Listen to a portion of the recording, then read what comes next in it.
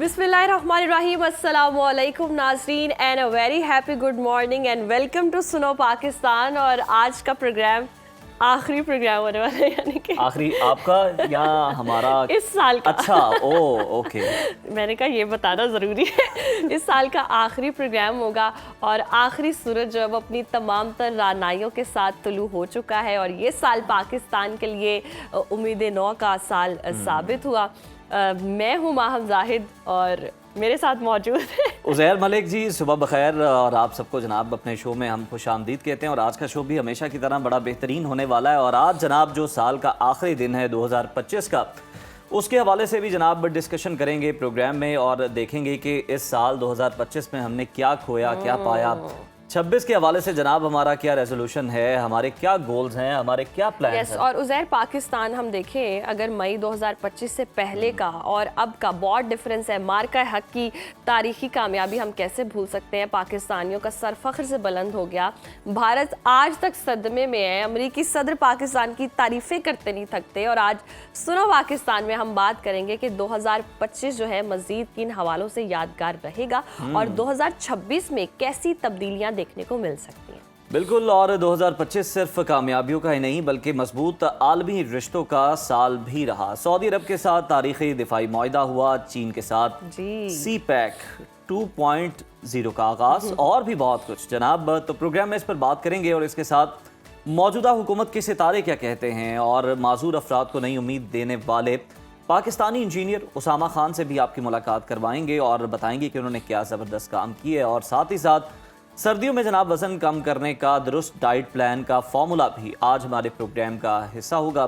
तो चलिए प्रोग्राम का बाकायदा आगाज़ करते हैं और ज़रा सियासी हवालों से देख लिया जाए कि कैसा रहा ये साल। जी, बहुत ज़बरदस्त भी रहा है और हम जिक्र भी कर रहे हैं और बहुत सी कामयाबियों के हवाले से हमेशा पाकिस्तान की सियासत में हम देखें तो तारीख़ में याद रखा जाएगा। और हमने देखा कि किस तरह मई 2025 के देखे 26 ज़ुबानों पे आ भी गया है या ऐसे भूलता है इंसान। 2025 के कड़े इम्तिहान के बाद पाकिस्तान एक नाकाबिले तस्खीर कुव्वत बनकर उभरा और अक़वाम मुत्तहिदा के प्लेटफॉर्म पर भारत को जारे मुल्क करार दिलवाना हो या फिर गज़ा अमन मुआहिदे में हमारा कलीदी किरदार हो, या पाकिस्तान ने साबित किया है जी कि हमारी सिफारतकारी अब दिफाई नहीं रही बल्कि जारहाना और कामयाब भी है। बिल्कुल महम, पाकिस्तान आज आलमी सियासत का मरकज़ बन चुका है और हमने मौशी मुश्किलात को हरा कर जनाब इस्तेहकाम की बुनियाद रखी है। क्या 2026 में पाकिस्तान की आलमी साख मज़ीद मजबूत होगी? अवाम के अच्छे दिन भी आएंगे।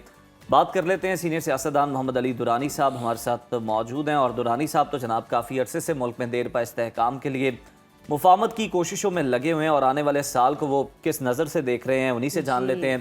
दुरानी साहब सुबह बखैर। सर, आपको खुश आमदीद कहते हैं प्रोग्राम में। साल 2025 को अगर तारीख में देखा जाए तो किस नज़र से आप देखते हैं और क्या हम अब वाकई एक फैसला कुन आलमी खिलाड़ी बन चुके हैं, इंटरनेशनल प्लेयर हम बन चुके हैं आलमी सतह? बिस्मिल्लाहिर्रहमानिर्रहीम।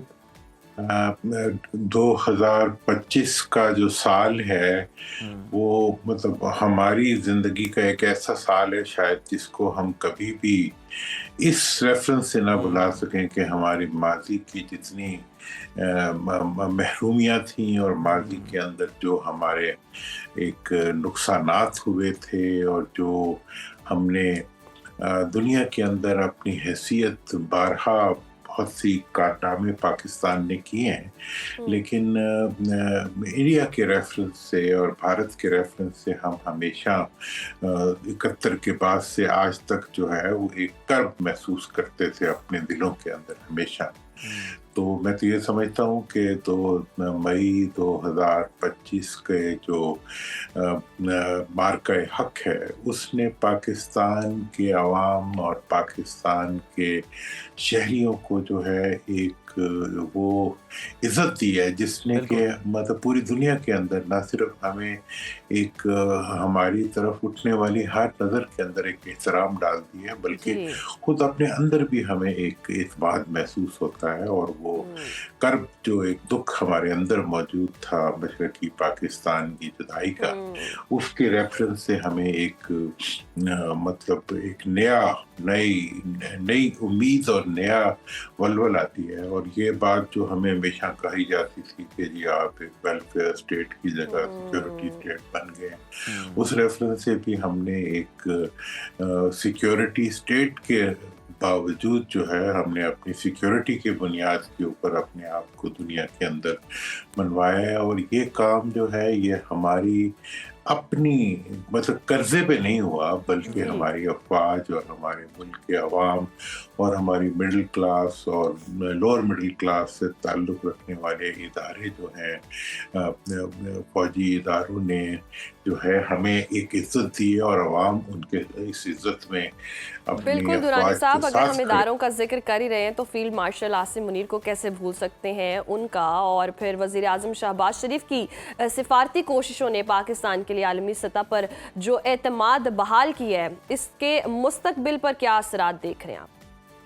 देखिए, इस वक्त जो इस सारी चीज़ ने जो एतमाद बहाल किया है, इज़्ज़त बहाल की है, और इसका जो मुस्तकबिल का एस्पेक्ट है वो ये है कि हमारा इस वक्त जो सबसे बड़ा चैलेंज बना हुआ है एक लंबे अरसे से, वो पाकिस्तान की मईशत है। और उस मईशत के अंदर इस चीज़ के लिए हमें एक कलक महसूस होता है कि हमारी जो हुकूमती मशीनरी है वो उसके अंदर बहुत ज़्यादा डिलीवर नहीं कर पा रही। लेकिन अब हम देख रहे हैं कि हमारी जो वॉर मशीन है या हमारी जो दिफाई मशीन है, उसने इतना ज़्यादा दुनिया के अंदर एक इम्पैक्ट बनाया है कि पाकिस्तान को कोई भी पूरी मुस्लिम वर्ल्ड के अंदर जो है, जहाँ पे हम छोटे छोटे रोल ओवर के लिए मतलब मिन्नतें कर रहे होते थे, वहाँ आज पाकिस्तान की जो ताकत है उसने पाकिस्तान को एक नया एहतराम और उम्मीद दे दी है। तो इस वक्त तो हमारी जो मईशत के अंदर जो हमारी वॉर मशीन है और वॉर ट्रेड है, वो एक बहुत बड़ा रोल प्ले कर रही है। हमें तवक्को है कि हमारे हुक्मरान जो हैं वो पाकिस्तान की मईशत, पाकिस्तान की इंडस्ट्री, पाकिस्तान की ज़राअत, पाकिस्तान के एक्सपोर्ट्स, उनके अंदर भी एक मुस्बत जिसे कहती है कि तब्दीली लाएंगे और पाकिस्तान की जो गवर्नेंस है उसको भी एक बेहतरी देंगे, जैसे दुनिया के अंदर पाकिस्तान के मुकाम को इज्जत और बेहतरी मिली है। इसी तरह हुकूमत अपना किरदार अदा करके पाकिस्तान की मईशत को भी इस्तेहकाम देगी, और वो तमाम जो नेगेटिव हमारे बारे में इम्पैक्ट है, रिपोर्ट्स हैं, हम एक दिन उनको 2026 के अंदर जो है एक बेहतरी की तरफ टर्न करने में अल्लाह ने चाहा तो इंशाल्लाह ज़रूर। दुरानी साहब, इस पर भी कमेंट कीजिएगा। अमरीकी सदर की जानिब से पाकिस्तानी क़यादत की मुसलसल तारीफ़ें की जाती हैं और इंडिया को जिस तरह से तंज का निशाना बनाया जाता है डोनाल्ड ट्रंप की जानिब से, पाक अमरीका ताल्लुकात में नए दौर का आगाज़ तो हो चुका है। आने वाले सालों में आप क्या देख रहे हैं, ये ताल्लुकात किस हद तक आगे बढ़ेंगे, कितने मजबूत होंगे? देखिए, इसमें अमेरिका के साथ ताल्लुकात का जो इब्तदाई आगाज़ किया वो तो मैं समझता हूँ कि फील्ड मार्शल सैयद आसिम साहब ने जो है वो एक उसके अंदर एक बुनियादी और कलीदी रोल प्ले किया, जैसे उन्होंने दिफा के अंदर भी एक कलीदी रोल प्ले किया। और उसके बाद से अब तक जो है वो पाकिस्तान की लीडरशिप का नाम अमेरिकन क़यादत जिस एहतराम और जिस उससे लेती है, उससे पूरी दुनिया को एक मैसेज मिलता है कि जी पाकिस्तान के बारे में दुनिया की जो बड़ी ताकतें हैं वो अगर एक ऐसी मुस्बत सोच रखती हैं तो डेफिनेटली ये एक there must be a reason for it ना। तो इसलिए मैं तो ये समझता हूँ कि ये जो अमेरिका ने जिस तरीके से जंग बंदी पहले इंडिया के साथ, उसके बाद इंडिया के नुकसानात को हाईलाइट करने में और इंडिया के जो मामलात हैं उनको भारत को एक्सपोज करने में जिस तरह का रोल प्ले किया है अमेरिकी क़यादत ने, वो यकीनी तौर पर जो हमारी लीडरशिप है उनकी एक अचीवमेंट है और ये पाकिस्तान की अचीवमेंट है। लेकिन बहरहाल अचीवमेंट तो अपनी जगह है, लेकिन जो पाकिस्तान की पॉलिसीज़ हैं, उन्हें हमें उसी तरह से गार्ड करना पड़ेगा ताकि जी। आइंदा भी हम पाकिस्तान के मफादात का उसी तरीके से तहफ़्फ़ुज़ कर सकें, जैसे सही। हमने माज़ी करी। सही। अच्छा दुरानी साहब, 2024 की अगर हम बात करें तो उसके अख्ताम पर भी आपने अपोजिशन को मुतहर्रिक करने और सियासी इस्तेहकाम के लिए मुतहर्रिक रहे भी हैं और बात भी करते हैं। 2025 भी आज गुजर जाएगा। आप समझते हैं कि 2026 में कोई ऐसी ग्रैंड जो नेशनल रिकाउंसलेशन मुमकिन है जिसमें तमाम स्टेक होल्डर्स एक मेज़ पर हों? देखिए, इस वक़्त जो पाकिस्तान के लिए, जैसे देखें, इस मौके पे जो 2025 की जो मेन अचीवमेंट है, वो तो मैंने आपके सामने रख दी कि ये वो अचीवमेंट है जिसने हमें दुनिया के अंदर टर्न अराउंड कर दिया है, हमारे इमेज को, हमारे हैसियत को और हमारी वक़्त को। अब जो है इस वक़्त जो चैलेंज हम 2024 से आज तक 25 पूरा हमने फेस किया, वो ये है कि जो हमारे अंदर सियासी अदम इस्तेहकाम है और सियासी टकराव की जो एक कैफियत है और उसका जो अलाव रोशन है, जिसके अंदर के हम बहुत ज़्यादा ड्रेन हो रहे हैं, कमज़ोर हो रहे हैं हम अपने टकराव की वजह से।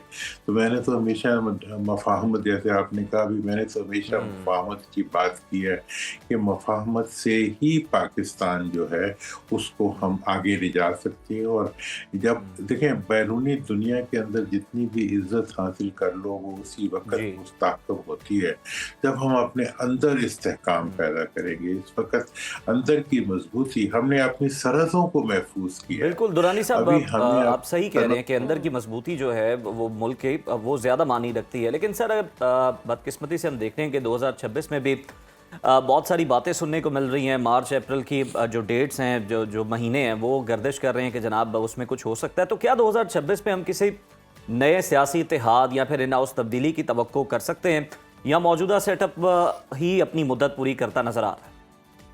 देखें, एक दिसंबर के महीने में ये जो एक डेवलपमेंट हुई है आखिरी सिरे पे, जिसमें कि सीएम केपीके ने पंजाब का एक दौरा किया है और इस दौरे के अंदर जो है वो लोग तो इस पे बात तो बहुत की जा रही है कि जी तनकीद भी की जा रही है, खतूत भी लिखे जा रहे हैं, लेकिन मैं समझता हूँ कि ये एक, मैं डिफरेंट एंगल से और सियासी एंगल से देखती और पूरी बाखबर होते हुए मैं ये बात कर रहा हूँ कि इस दौरे के नतीजे में एक नया चैप्टर खुला है। वो रास्ते जो बाहमी ताउन के बंद किए गए थे, जिसमें खंदकें खोद दी गई थी मोटरवेज के ऊपर और बहुत ज्यादा टकराव की कैफियत थी, उसी के बाद अब हमने ये भी देखा कि जब सीएम केपीके आ रहे थे तो पंजाब हुकूमत ने उन्हें, चले वो कहते हैं पूरा प्रोटोकॉल नहीं दिया, लेकिन प्रोटोकॉल दिया तो सही, तो अगर रुकावट तो नहीं खड़ी थी ना,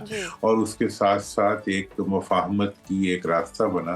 तो मैं समझता हूँ कि ये जो आखिरी सिरे के ऊपर एक सीबीएम हुई है आपस की, और इसी तरह से जिस तरह पीपल्स पार्टी की लीडरशिप ने और बिलावल ने अपने प्रेसिडेंट के रेफरेंस से ये बात कही है कि जी प्रेसिडेंट के ऑफिस को एक रिकंसिलिएशन का किरदार अदा करना चाहिए पाकिस्तान के अंदर। मैं तो आपको पता है 1.5-2 साल से ये बात मुसलसल कर ही रहा हूँ, लेकिन ये वो एक डिजायर्ड चीजें हैं कि इस वक्त सियासतदान बजाय इसके कि हर चीज में वो इस्टेब्लिशमेंट को घसीट लें, बल्कि अगर उन्होंने एक दूसरे के खिलाफ बयान भी देने हैं तो आपस में अपोजिशन और हुकूमत जो है वो आपस में एक दूसरे के बारे में बात करें, और इसी तरीके से जो मुफाहमत हो वो भी आपस में बातचीत के जरिए हो, आपस में हो, और रिकंसिलिएशन जरूर होनी चाहिए, और हम उम्मीद भी करते हैं कि ऐसा हो।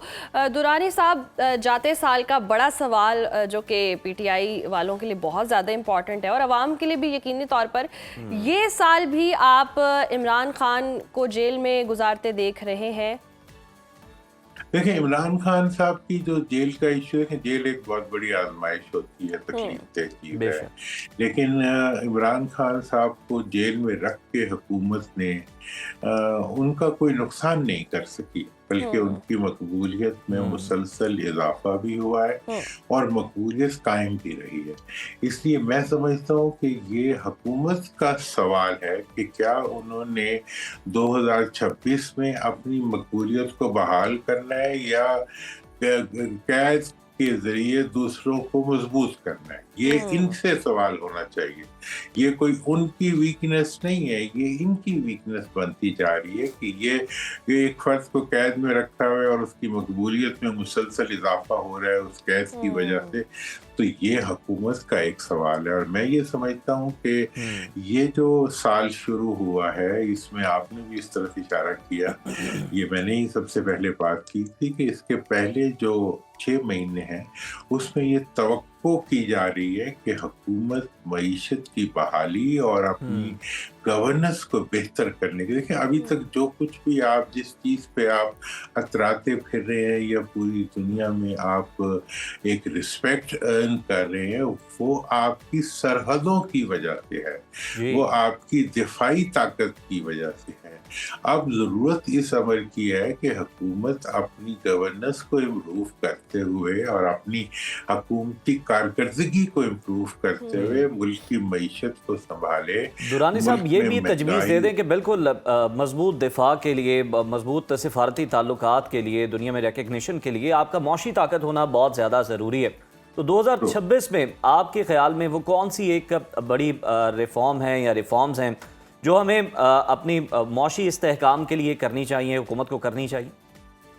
देखिए अब वो इस्तेहकाम के लिए जो इक़दाम हुकूमत को ज़रूरत है वो तो हर जगह से IMF की रिपोर्ट आई है उसमें भी यही बताया। SIFC के जो मतलब हेड हैं उन्होंने जो स्टेटमेंट दिया है वो भी यही है। हम जो बात करते हैं वो भी यही है कि भाई आपने अगर मुल्क के अंदर गवर्नेंस को ठीक करना है, मुल्क की प्रोडक्टिविटी को बढ़ाना है, तो आपको मुल्क के अवाम को हमारे जो रिसोर्सेज हैं, इस वक्त पाकिस्तान में सिर्फ एक इंडस्ट्री चल रही है और वो कर्जे लेने की इंडस्ट्री है।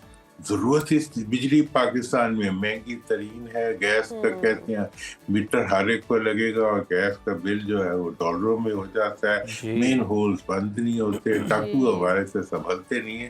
तो आप अगर पाकिस्तान के अंदर के हिसाब से देखें तो इस वक्त पाकिस्तान की हुकूमत को सबसे पहले तो पाकिस्तान के रिसोर्सेज पाकिस्तान के अंदर रोकने की जरूरत है और वो तमाम होल पाकिस्तान की मईशत के मेन होल्स के ढकने जो खुले हुए हैं, जिसमें से हर चीज जो बीच में डलती है वो मुल्क से बाहर चली जाती है और गैर ममालिक में जाके जो है लोगों के पर्सनल एसेट्स की शक्ल अख्तियार कर लेती है। इन तमाम मेन होल्स को बंद करते हुए पाकिस्तान की मईशत को पाकिस्तान के आवाम के लिए मुख्तस किया जाए और पाकिस्तान की जो एग्रीकल्चर है, देखें एग्रीकल्चर पाकिस्तान की बैकबोन है और उसका इतना बुरा हाल हमने कर दिया है कि बेचारा अगर काश्तकार कोई चीज ज्यादा पैदा कर लेता है तब भी रोता है, कम पैदा करता है तब भी रोता है। मतलब ये है कि अगर गंदम ज्यादा हो जाए तब भी काश्तकार रोता है, गन्ना ज्यादा पैदा कर ले तब भी रोता है, कपास ज्यादा पैदा कर ले तब भी रोता है। सर ताज़ा तो अभी तो जिन्होंने आलू की फसल लगाई है वो रो रहे हैं। वो बेचारे कहते हैं कि अगर पिछला साल था तो 30,000 रुपए का तोड़ा था और इस वक्त 600 रुपए का। गोभी के फूल का जो हाल करते हैं, आलू का जो हाल करते हैं, गंदम का जो हाल, मतलब जिस जगह पे पाकिस्तान का काश्तकार परफॉर्म कर दे वहीं पे उससे इंतकाम का एक अमल शुरू होता है। ये ज्यादती है।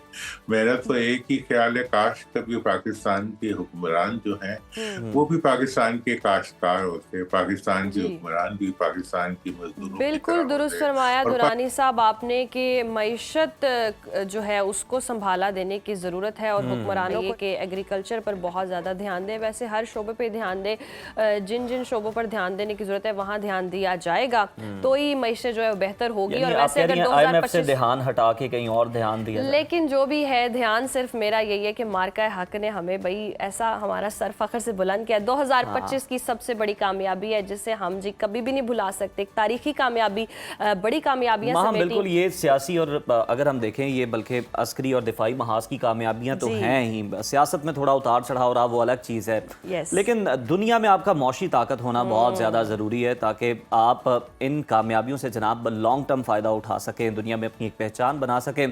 तो अब मेरा ख्याल है सियासी हुकूमतों का ये काम है, सियासतदानों का ये काम है कि मिल बैठे और मईशत के हवाले से जनाब कुछ सोच विचार करें कि पाकिस्तान को मईशत के मैदान में कैसे ऊपर लेकर जाना। ऐसे ही है, कहाँ आप देख रहे हैं, अब ये तो आगे आने वाला वक्त ही बताएगा कि 2026 जी कितना ज़बरदस्त होने वाला है। वी होप, हम उम्मीद कर सकते हैं और इंशाल्लाह अच्छा ही होगा। जैसे 2025 समहाउ हमारे लिए, पाकिस्तान के लिए तो खैर ज़बरदस्त साबित हुआ है।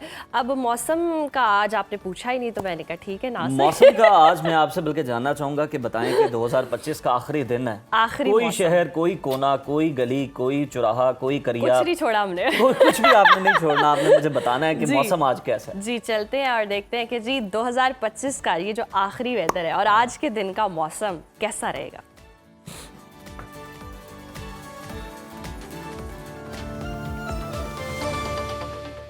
नाज़रीन, मुल्क के बेशतर इलाकों में मौसम सर्द और खुश्क, जबकि शिमाली इलाकों में शदीद सर्द रहेगा। पंजाब के बेशतर मैदानी इलाकों और बालाई सिंध के अजला में दरमियानी से शदीद धुंध छाए रहने की तवक्को है। मुख्तलिफ शहरों में मौसम की क्या सूरत हाल है, आइए जानते हैं। और सबसे पहले बात करेंगे बुलंदो बाला पहाड़ों की सरजमीन गिलगित बल्तिस्तान की, जहाँ वक्फे वक्फे से बारिश और बर्फबारी का सिलसिला जारी है। गिलगित के टेम्परेचर की बात करते हैं। गिलगित में हम देख रहे हैं ज़्यादा से ज़्यादा दर्जा हरारत है 8 और कम से कम -1 डिग्री तक गिरने का इम्कान है। स्कर्दू का रुख करें तो स्कर्दू में हम देख रहे हैं ज़्यादा से ज़्यादा टेम्परेचर है 3 और कम से कम -4 डिग्री तक गिरने की तवक्को है। महकमा मौसमियात के मुताबिक आइंदा 24 घंटों के दौरान गिलगित बल्तिस्तान में मौसम शदीद सर्द और मतला अब्र आलूद रहेगा, जबकि शाम और रात में चंद मकामात पर हल्की बारिश और हल्की बर्फबारी का इम्कान है। सयाहों की जन्नत आज़ाद कश्मीर का रुख करें तो यहाँ हम देख रहे हैं बारिश और बर्फबारी से सर्दी की शिद्दत में मज़ीद इजाफा हो गया है। दारुल हुकूमत मुजफ्फराबाद लिए चलते हैं आपको, यहाँ पर ज़्यादा से ज़्यादा दर्जा हरारत है 13 और कम से कम 5 डिग्री रहने का इम्कान है, जबकि श्रीनगर में ज़्यादा से ज़्यादा पारा है 7 और कम से कम 0 डिग्री रहने का इम्कान है। मौसम का हाल बताने वालों ने आइंदा 24 घंटों के दौरान वादी भर में बारिश और पहाड़ों पर बर्फबारी की पेशगोई की है। और अब आपके साथ शेयर करेंगे मेज़बानों की धरती खैबर पख्तूनख्वा का मौसम। तो KPK में मौसम की सूरत हाल ये है कि बेशतर अजला में मौसम सर्द और खुश्क, जबकि शिमाली अजला में शदीद सर्द रहेगा। सूबाई दारुल हुकूमत पेशावर का रुख करते हैं। पेशावर में ज़्यादा से ज़्यादा दर्जा हरारत है 14 और कम से कम 10 डिग्री रहने का इम्कान है। सवात की बात करें तो सवात में ज़्यादा से ज़्यादा टेम्परेचर है 2 और कम से कम -6 डिग्री रहने की तवक्को है। महकमा मौसमियात के मुताबिक आइंदा 24 घंटों के दौरान चित्राल, दीर, सवात, शांगला, कोहिस्तान, बडगराम, मानसहरा, एबटाबाद, कुर्रम, वज़ीरिस्तान, बनू और कोहाट में तेज़ हवाओं और गरज चमक के साथ वक्फे वक्फे से बारिश और पहाड़ों पर बर्फबारी की तवक्को है। और अब नजर डाल लेते हैं 5 दरियाओं की सरजमीन पंजाब के मौसम पर। तो पंजाब में जी मौसम जो है वो खुशगवार हो चुका है। सूबे के बेशतर अजला में मौसम सर्द और खुश्क रहने का इम्कान है। बागों के शहर लाहौर का रुख करते हैं। लाहौर में ज़्यादा से ज़्यादा दर्जा हरारत है 16 और कम से कम 7 डिग्री रहने का इम्कान है। शहर बेमिसाल इस्लामाबाद का रुख करें तो इस्लामाबाद में ज़्यादा से ज़्यादा दर्जा हरारत है 14 और कम से कम 7 डिग्री रहने की तवक्को है। औलिया के शहर मुल्तान का जिक्र हो जाए, यहाँ पर हम देख रहे हैं ज़्यादा से ज़्यादा दर्जा हरारत है 20 और कम से कम 10 डिग्री रहने का इम्कान है। मौसम का हाल बताने वालों ने आइंदा 24 घंटों के दौरान गुजरावाला, गुजरात, सियालकोट, नारोवाल, लाहौर, शेखुपुरा, मुल्तान, कोटद्दू, झंग, बहावलनगर, उकाड़ा, साहिवाल, फैसलाबाद, शोरकोट, कसूर, बहावलपुर, नूरपुर खान और रहीम यार खान और लिया में शदीद धुंध छाए रहने की पेशगोई की है, जबकि मरी, गलियात और गिरदोनवाह में बारिश और बर्फबारी का इम्कान जाहिर किया है। और अब बात कर लेते हैं कुदरती ज़खायर से माला माल सूबे यानी कि बलोचिस्तान की। तो बलोचिस्तान में सर्दी की शिद्दत में नुमाया इजाफा हो गया है। कोयटा की बात करें तो कोयटा में ज़्यादा से ज़्यादा दर्जा हरारत है 10 और कम से कम -1 डिग्री तक गिरने का इम्कान है।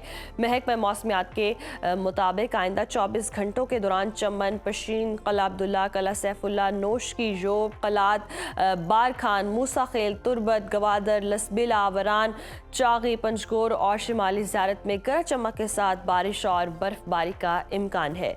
और आखिर में जी रुख कर लेते हैं वादी मेहरान यानी कि सूबा सिंध का, जहां हम देख रहे हैं कि अक्सर इलाकों में मौसम सर्द और मतला जुज़वी अब्र आलूद रहेगा और कुछ इलाकों में तो बारिश भी हुई है। साहिली इलाकों में चंद मकामात पर बारिश और बूंदाबांदी भी हो सकती है। शहर कायद कराची का रुख करें तो यहाँ पर हम देख रहे हैं ज़्यादा से ज़्यादा टेम्परेचर है 25 और कम से कम 13 डिग्री रहने का इम्कान है, जबकि हैदराबाद में ज़्यादा से ज़्यादा दर्जा हरारत है 26 और कम से कम 15 डिग्री रहने की तवक्को है। मौसम का हाल बताने वालों ने आइंदा 24 घंटों के दौरान सखर, रोहड़ी, शिकारपुर, कश्मोर, शहीद बेनज़ीरबाद, मोनजोदड़ो और गिरदोनवाह में धुंध पड़ने का इम्कान जाहिर किया है।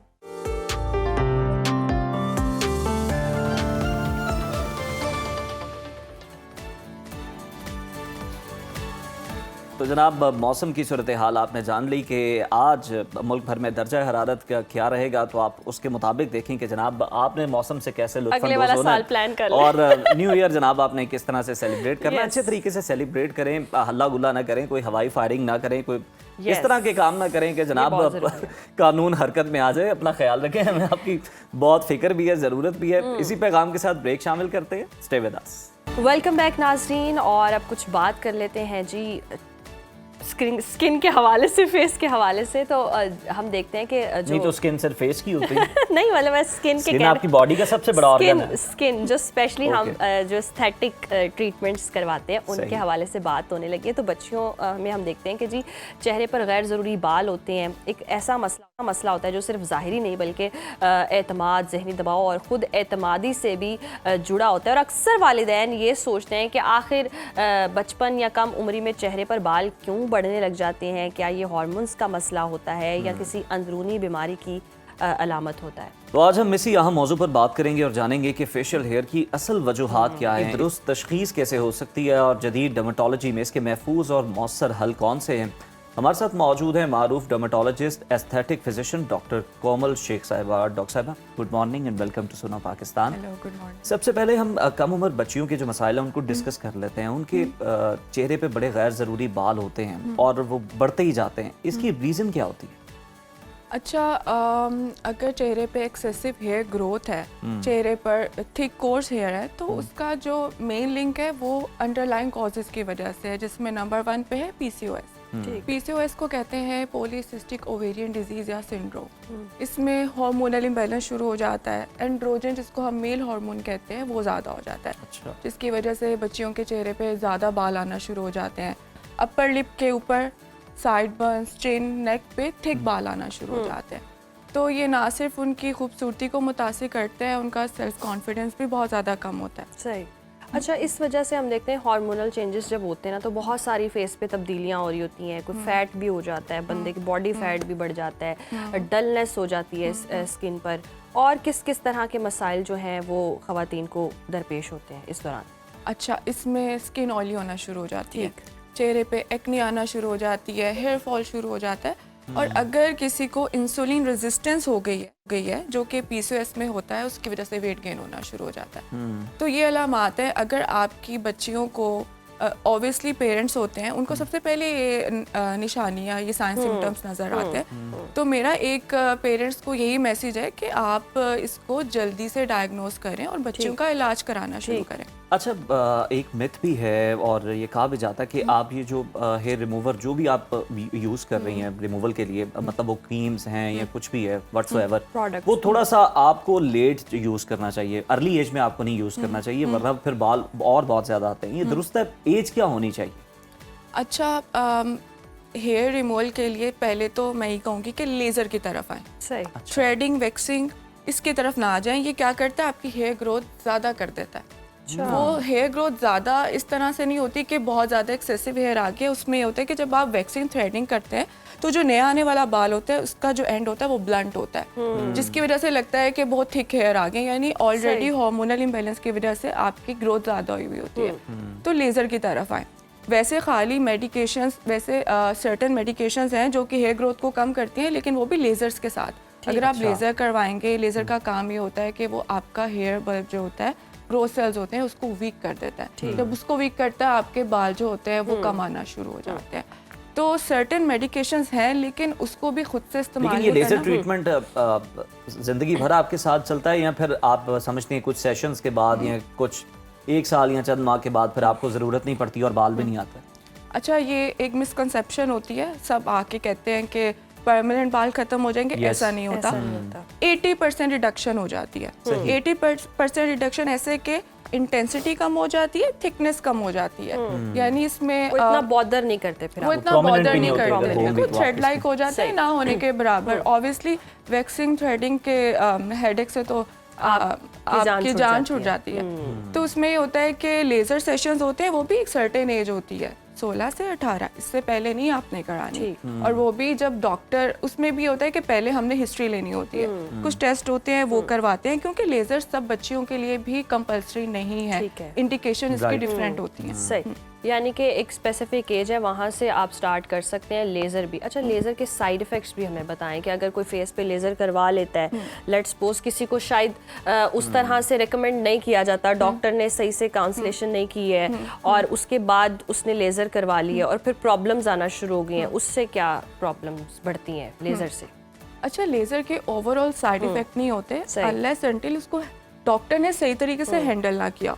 इसमें सेटिंग्स बहुत इंपॉर्टेंट है, स्किन टाइप को देखना बहुत इंपॉर्टेंट है। अब हर स्किन टाइप की लेज़र भी डिफरेंट है। फॉर एग्जांपल हमारी स्किन टाइप है 3 और 4, तो हमारे लिए डिफरेंट लेज़र होती है। फॉर एग्जांपल एंटी-एग, वो एशियन स्किन्स के लिए अच्छी होती है। उसमें क्या होता है कि वो डीपर हेयर फॉलिकल को जाके टारगेट करती है, मेलानिन को कम टारगेट करती है। अगर इसी में फॉर एग्जांपल मैं डायोड कर दूंगी तो उसमें बर्न के चांसेस बढ़ जाते हैं। इसके साइड इफेक्ट तब आते हैं जब आपने राइट चॉइस ना की हो। लेज़र की राइट चॉइस बहुत इंपॉर्टेंट है। अगर गलत कर दिया तो ऑब्वियसली मैक्सिमम ये होता है कि स्किन बर्न हो जाती है, स्किन इरिटेशन शुरू हो जाती है। अब कुछ लोगों में एक्नी भी ट्रिगर कर जाती है। इट्स प्रीटी नॉर्मल, क्योंकि आपके हेयर फॉलिकल के साथ स्वेट ग्लैंड पड़ा हुआ है, तो वो ऑयल प्रोडक्शन ज़्यादा कर देता है। तो ये छोटी छोटी चीज़ें हैं। कौन, ये तो आपने हमें बता दिया लेज़र के हवाले से। वैक्स का बड़ा रुझान है, लोग करवाते हैं, और ये बताइएगा कि वैक्स का भी कोई ये देखना पड़ता है कि आपके लिए सूटेबल है या नहीं, आपकी स्किन टाइप के लिए है या नहीं? अच्छा, वैक्स का ऐसा कुछ नहीं होता है। सही, वैक्स में ये होता है कि उसमें कुछ सेशंस होते हैं, लेकिन वो हेयर ग्रोथ कम नहीं ना करता। ऑब्वियसली हेयर फॉलिकल आपका वीक नहीं हो रहा है, वो हेयर फॉलिकल को डायरेक्ट टारगेट नहीं कर रहा है, वो सुपरफिशियली आपका हेयर रिमूव कर रहा है। सरफेस से ही बस वो क्लीन कर रहा है। सरफेस है, तो फिर वो बाल उसी इंटेंसिटी से आता है। अच्छा, लेज़र की निस्बत अब हम देख रहे हैं कि मार्केट में बहुत सारी क्रीम्स भी आ गई हैं कि ये आप इस्तेमाल करें मुसलसल, तो आप के जो है वो ग्रोथ कम हो सकती है बालों की, वो कितनी इफेक्टिव है? अच्छा, उसका मैंने अभी जिक्र यही किया कि एफ्लोरनीथीन के नाम से डेपिलस डिफरेंट ब्रांड्स हैं, उसको भी खुद से इस्तेमाल नहीं करना, क्योंकि ये आपकी स्किन इरिटेशन करा सकती हैं, आपकी स्किन बर्न हो सकती है। तो इसको भी हम लेजर्स के बाद इंडिकेट करते हैं, वो भी देखकर। अगर बहुत ज़्यादा थिक बाल है तो उसमें हम कॉम्बिनेशन ट्रीटमेंट में दे देंगे, ये भी सबको रिकमेंडेड नहीं होता है। तो इसमें आप अपने डर्माटोलॉजिस्ट के पास जाएं, अपने स्किन चेक करवाएं, अपना हेयर जो है वो दिखाएं कि किस तरह की है उसकी ग्रोथ, तो उसके बाद ही यूज़ करना शुरू करें, खुद से नहीं करना। सही। अच्छा, हमने अक्सर देखा है कि ना बहुत ही यंग एज में जिनको अभी शायद इतना बाल बॉदर भी नहीं कर रहा होता, लेकिन बस वो ग्लास स्किन वाला आजकल चल गया ट्रेंड, तो बच्चियों को करवाना ही करवाना है। उनके लिए आप क्या रिकमेंड करेंगी कि वो क्या करें? लाइक अब ब्लीच भी करवा रही हैं लड़कियां, वो करवाना चाहिए नहीं करवाना चाहिए? अच्छा, इसमें जो मोस्ट इम्पॉर्टेंट है वो ये है कि लेज़र हमेशा थिक कोर्स हेयर के लिए, डार्क थिक कोर्स हेयर, यानी अगर आप पीची फज होता है पतला बाल, उस पे लेज़र करवाएंगे तो आपका बाल ज़्यादा मोटा होना शुरू हो जाता है।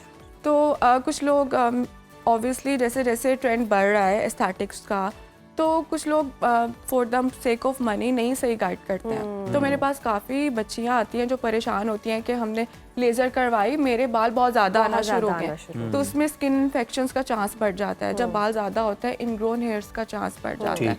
फॉलिकुलाइटिस और स्किन इन्फेक्शन बहुत ज़्यादा कॉमन होते हैं।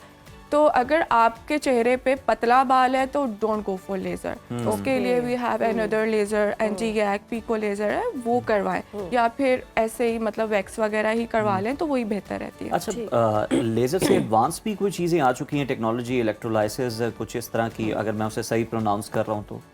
अच्छा, इलेक्ट्रोलिसिस एंड लेज़र ये दोनों ही एडवांस है, लेकिन इनकी इंडिकेशन डिफरेंट है।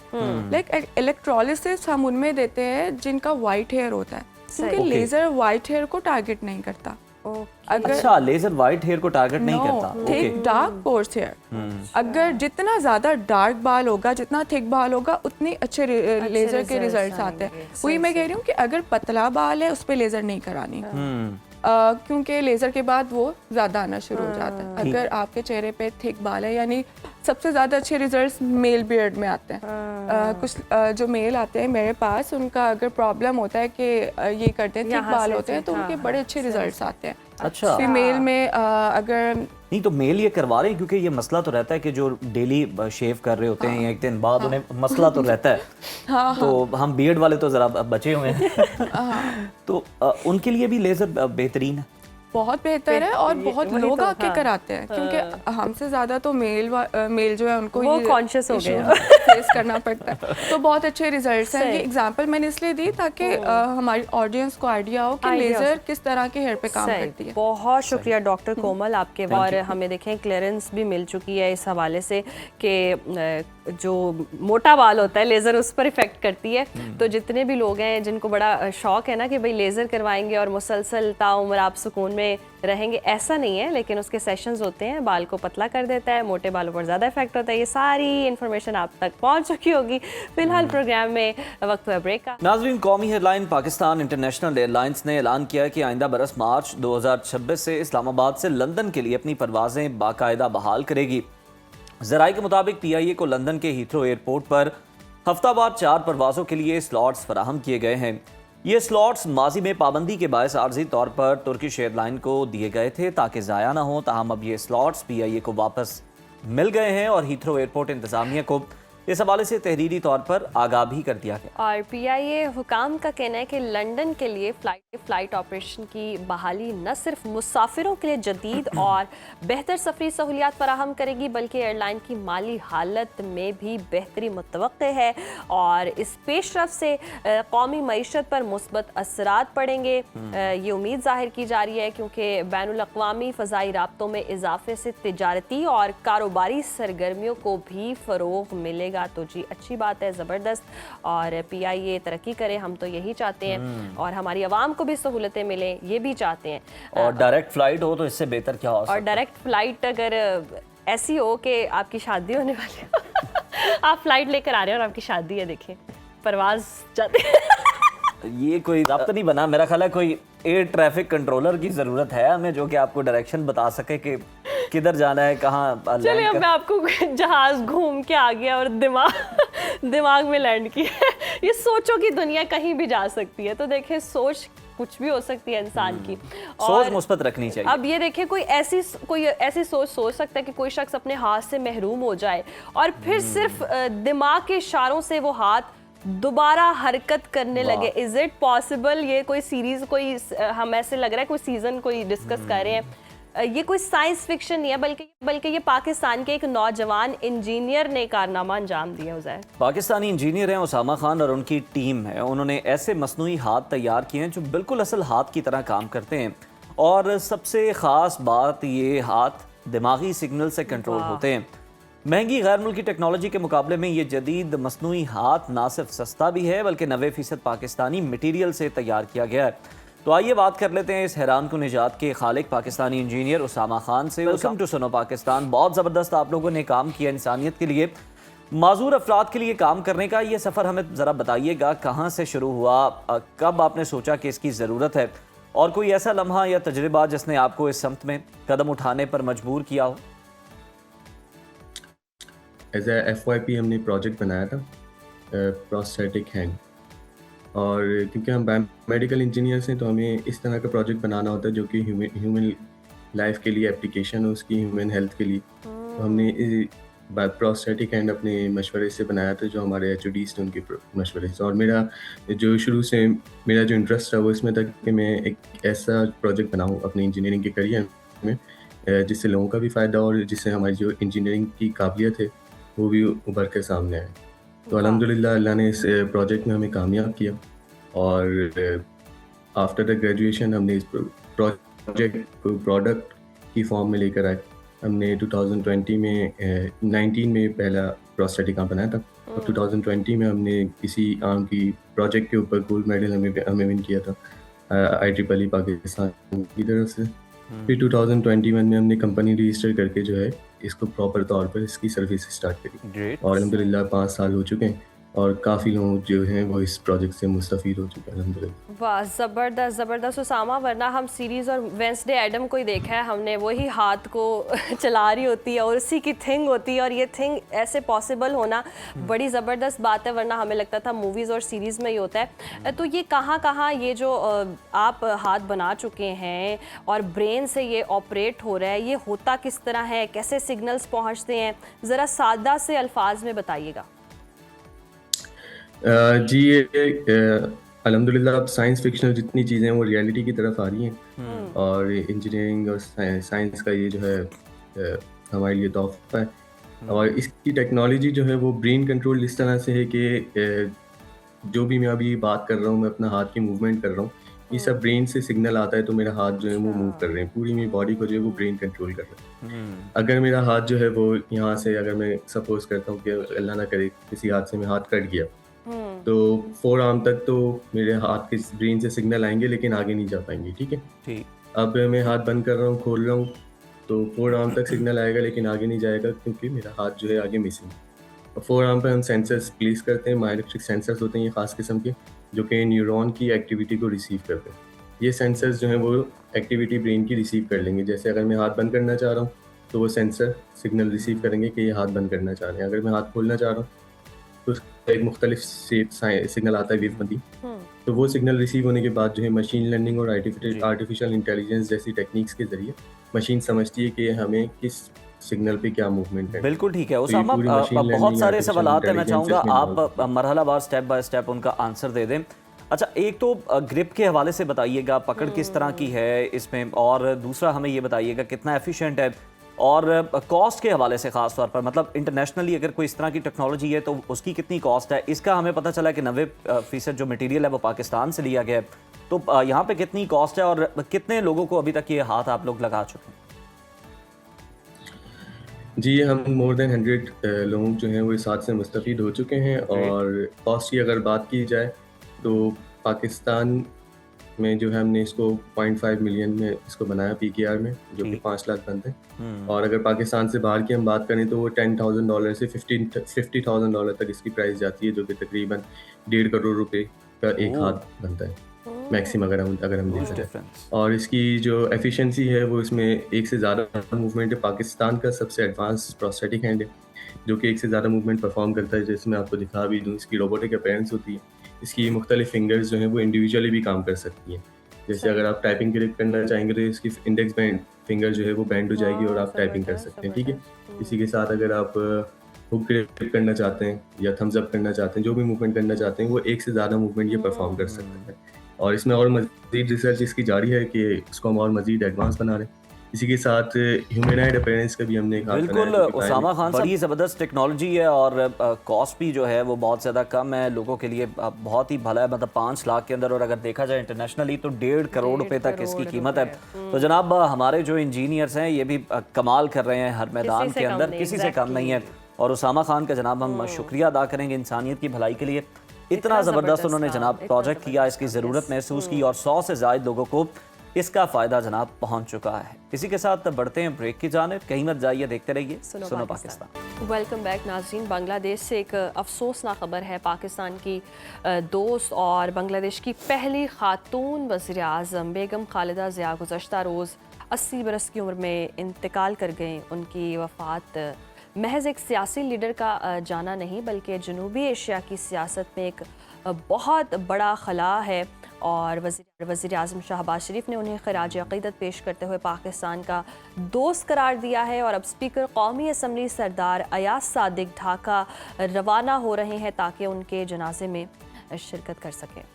और ये दौरा इंतहाई अहमियत का हामिल है क्योंकि बांग्लादेश में 12 फरवरी को इंतखाबात होने जा रहे हैं। शेख हसीना वाजिद की हुकूमत के खात्मे के बाद खालिदा ज़िया के बेटे तारिक रहमान की वापसी ने वहाँ की सियासत का रुख बदल दिया है। भारत के साथ बांग्लादेश के ताल्लुकात इस वक्त निचली तरीन सतह पर हैं और ऐसे में पाकिस्तान का वफ्द का जाना एक बहुत बड़ा सिफारती पैगाम भी है। बात कर लेते हैं माहिर दिफाई उमूर ब्रिगेडियर रिटायर्ड अहमद सईद मिन्हाज साहब ने हमें जो है और उनसे जानते हैं कि इस तमाम तर सूरत हाल को वो किस तरह से एनालाइज कर रहे हैं। बहुत शुक्रिया अहमद मिन्हाज साहब आपके वक्त का। सर, कोई शक नहीं कि पाकिस्तान बांग्लादेश में अपनी एक देरीना दोस्त से महरूम हुआ, ये ऑब्वियसली एक बहुत बड़ा लॉस है। स्पीकर अयाज सादिक का खालिदा ज़िया के जनाजे में शिरकत के लिए जाना क्या आप समझते हैं महज एक ताज़ियती दौरा है या 12 फरवरी के इंतखाबात से कबल BNP की नई क़यादत को पाकिस्तान की हिमायत का ये सिग्नल भी है? जी बिल्कुल, बांग्लादेश जो है हमारा अपना मुल्क था, ईस्ट पाकिस्तान था और इंडियन ओशन के अंदर एक बड़ा स्ट्रेटेजिकली लोकेटेड एक बड़ा अहम मुल्क है और पाकिस्तान के हमेशा से बलूचिस्तान जो बांग्लादेश है उसके साथ हमारे दरीना ताल्लुकात भी रहे हैं। लेकिन सम ऑफ दी अदर जब ये 1971 का साने हुआ था उस वक्त से लेके अब तक अगर देखा जाए तो शेख हसीना वाजिद जो हैं वो जिस तरह से एंटी पाकिस्तान एक पोजीशन लेके चलती थी अपने फादर की वजह से, लेकिन खालिदा ज़िया उसको काउंटर करते हुए नजर आती थी या प्रो पाकिस्तानी का अप्रोच रखती थी।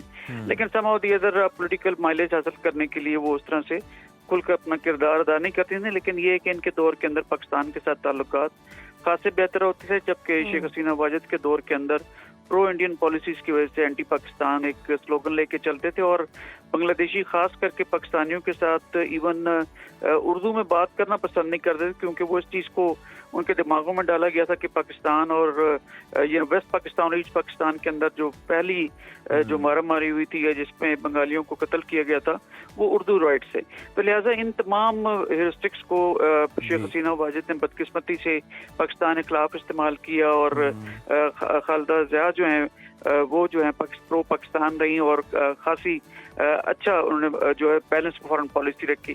अब उनकी डेथ के ऊपर वहाँ पर हमारे स्पीकर का जाना और ताज़ियती पैगामात देना मैं समझता हूँ कि पाकिस्तान और बांग्लादेश के जो ताल्लुकात हैं उसको मजीद स्ट्रेंथन करेगा और हमारे आइंदा आने वाले दिनों के अंदर जो स्ट्रेटेजिक बांग्लादेश के साथ जो कि नेचुरल है, ये अननेचुरल था कि बांग्लादेश और इंडिया आपस में वो करें। पाकिस्तान में कोई एक्सपेंशनिस्ट डिजाइन नहीं है, पाकिस्तान में कोई एंटी इंडियन डिजाइन नहीं है, लेकिन ये जरूर है कि एक ऐसे बैलेंस रिलेशनशिप हो कि जिसमें पाकिस्तान और बांग्लादेश के बैलेंस रिलेशनशिप की बात हो रही है। तारिक रहमान 17 साल बाद वतन वापस आए हैं, क्या वो अपनी वालिदा की तरह बैलेंस सियासत कर पाएंगे या मौजूदा अवामी गुस्सा बांग्लादेश को किसी नए सेटअप की तरफ ले जाएगा?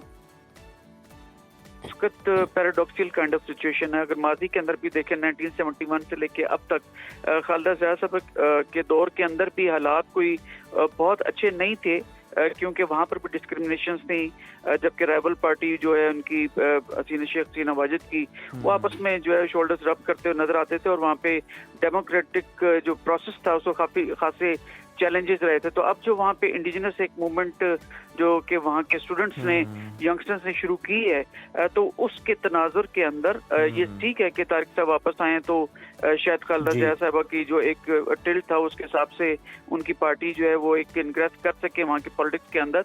लेकिन एट द सेम टाइम मेरी असेसमेंट के हिसाब से वहाँ पे जो नई पौध है, जो नए यंगस्टर्स हैं जिन्होंने ये सारा इनकलाब लेकर आया है, उनकी जानिब से वो या तो वो खुद इंडिपेंडेंट अगर उनको खड़े होते हैं उनके रिप्रेजेंटेटिव जैसे कि आम आदमी पार्टी न्यू दिल्ली के अंदर जैसे उसने बड़ा इनक्रेस किया था, तो शायद इंडिपेंडेंटली भी वहाँ पर वो रूल कर सकते हैं या कोई नई पॉलिटिकल पार्टी आ सकती है या फिर अगर वो जिसको भी सपोर्ट करेंगे उसकी गवर्नमेंट वहाँ पे बनेगी। लेकिन हमारा मकसद हमारी रिजीम्स के साथ ऐसा नहीं है। ऑफ कोर्स पाकिस्तान सिर्फ और सिर्फ ये चाहता है इंडियन ओशन के अंदर जो हमारे भाई हैं बांग्लादेशी, उनके और पाकिस्तान के ताल्लुकात जो है मजीद स्ट्रॉन्ग हो ताकि हम मिलकर दोनों तरफ की जो आवाम है अहमद साहब, उनके अंदर बिल्कुल ये भाईचारे का रिश्ता ताल्लुकात पैदा बेहतर हो भी रहे हैं। हुकूमत की सतह पर भी अगर हम देखें, अवामी सतह पर भी अगर हम देखें, तो दोनों भाई करीब तो आ रहे हैं। भारत को बहुत तकलीफ है, उस्मान हादी का आप कत्ल देख लें और इस तरह की जो कार्रवाइयाँ हैं भारत करवा रहा है, तो क्या आप नहीं समझते कि ये पाकिस्तान और बांग्लादेश के दरमियान वो चाहता है कि जो फासले कम हो रहे हैं ऐसा ना हो सके? जी बिल्कुल, इसमें कोई शक नहीं है। ये जो सारे फासले हमारे और बांग्लादेश के दरमियान सिंस 1971 रहे हैं, उसके पीछे जो मेन कैटलिस्ट है वो इंडिया ही हमेशा से रहा है। इंडिया ही था कि जहाँ जिसने मुक्ति बाहिनी को ट्रेनिंग दी थी। ये इंडिया ही है कि जहाँ पर अभी शेख हसीना वाजिद फ्लाई करके गई हैं और वहाँ सियासी पनाह ली है। ये इंडिया ही है कि वहाँ पर जितनी इंसर्जेंसीज हो रही थी बांग्लादेश के अंदर भी, उसके पीछे भी यही थी। वहाँ पे रॉ की इन्वॉल्वमेंट पूरी दुनिया के सामने।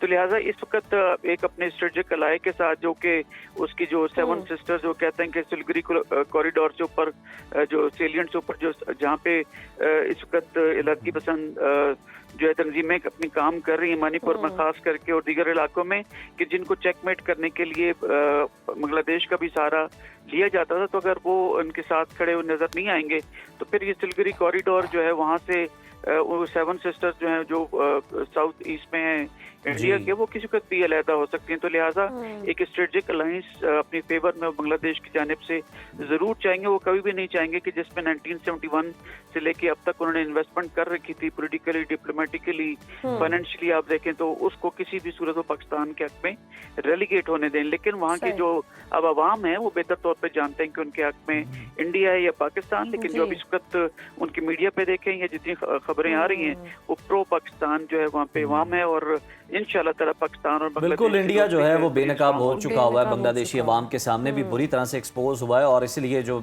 इंडिया के हवाले से नफरत है बांग्लादेश अवाम के अंदर वो बहुत ज़्यादा बढ़ रही है। और पाकिस्तान से जनाब कुर्बतें जो हैं बांग्लादेश की वो बढ़ रही हैं, जो कि अब भारत को एक आंख नहीं भा रही और भारत जो है अनरेस्ट फैलाने की कोशिश कर रहा है बांग्लादेश के अंदर।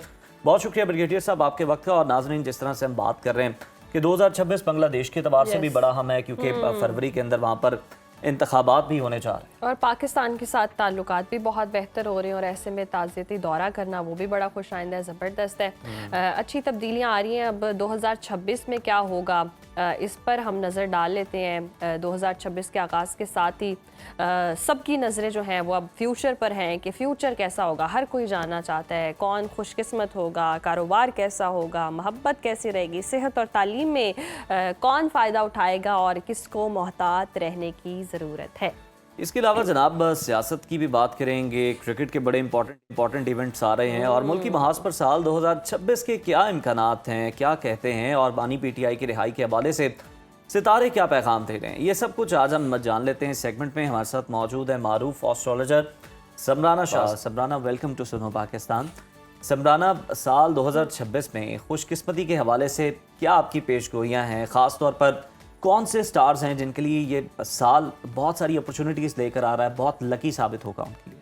बिल्कुल जी, 2026 सबसे पहले तो वही बात है कि सबको बहुत जो है वो मुबारक देनी चाहिए और दुआ करनी चाहिए कि प्रॉस्पेरिटी वाला ईयर हो और बहुत अच्छा हो इंशाल्लाह ताला, जो कि अच्छा गुजरेगा भी सही। बिकॉज देखें 2026 अगर अपनी हम साइंटिफिकली एक कैलकुलेशन के अकॉर्डिंग देखें तो नंबर 1 बनता है। नंबर 1 जो होता है उसका रूलिंग प्लैनेट हमारा है सन।